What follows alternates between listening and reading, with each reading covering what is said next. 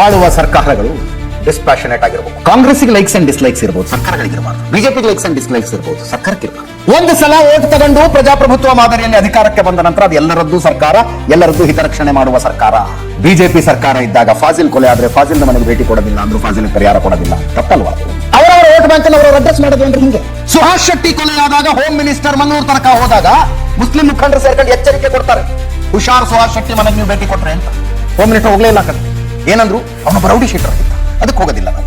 ಈ ರಾಜ್ಯದಲ್ಲಿ ರೌಡಿ ಶೀಟರ್ಗಳ ಕೊಲೆ ಆಗ್ಬೋದಾಗಿದ್ರೆ ಕೊಲೆ ಆಗ್ಬೋದಾ? ರೌಡಿ ಶೀಟರ್ಗಳು ಹೇಳ, ನಾನು ಯಾರ್ಯಾರ ಮೇಲೆ ರೌಡಿ ಶೀಟರ್ ಹಾಕಲಾಗಿದೆ ಈ ರಾಜ್ಯದಲ್ಲಿ ಅಂತ.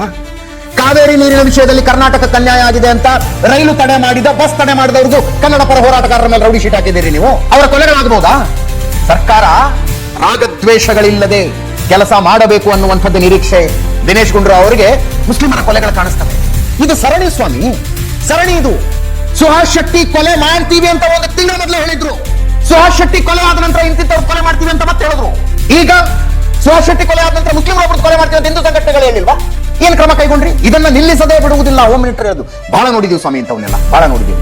Enough is enough. ಒಂದು ಜಿಲ್ಲೆಯ ಲಾ ಅಂಡ್ ಆರ್ಡರ್ ಕಂಟ್ರೋಲ್ ಮಾಡೋದಕ್ಕಾಗೋದಿಲ್ಲ ಅಂತಂದ್ರೆ ಆ ಪಾಕಿಸ್ತಾನದಲ್ಲಿ ಕೆಲವು ಪ್ರಾಂತ್ಯಗಳಿದಾವೆ, ಪಾಕಿಸ್ತಾನದ ಕಾನೂನು ಸಂವಿಧಾನ ಇಲ್ಲಿ ಲಾಗೂ ಆಗೋದಿಲ್ಲ, ಅಪ್ಲೈ ಆಗೋದಿಲ್ಲ ಅಂತ ಬೋರ್ಡ್ ಹಾಕ್ಬಿಟ್ಟಿದ್ದಾರೆ. ನಾರ್ತ್ ವೆಸ್ಟ್ ಫ್ರಂಟಿಯರ್ಸ್ ಅಂತಾರೆ ಅದಕ್ಕೆ. ದಕ್ಷಿಣ ಕನ್ನಡದ ಎಂಟ್ರೆನ್ಸ್ ನಲ್ಲಿ ಹಂಗೊಂದು ಬೋರ್ಡ್ ಹಾಕ್ಸ್ಬಿಡಿ.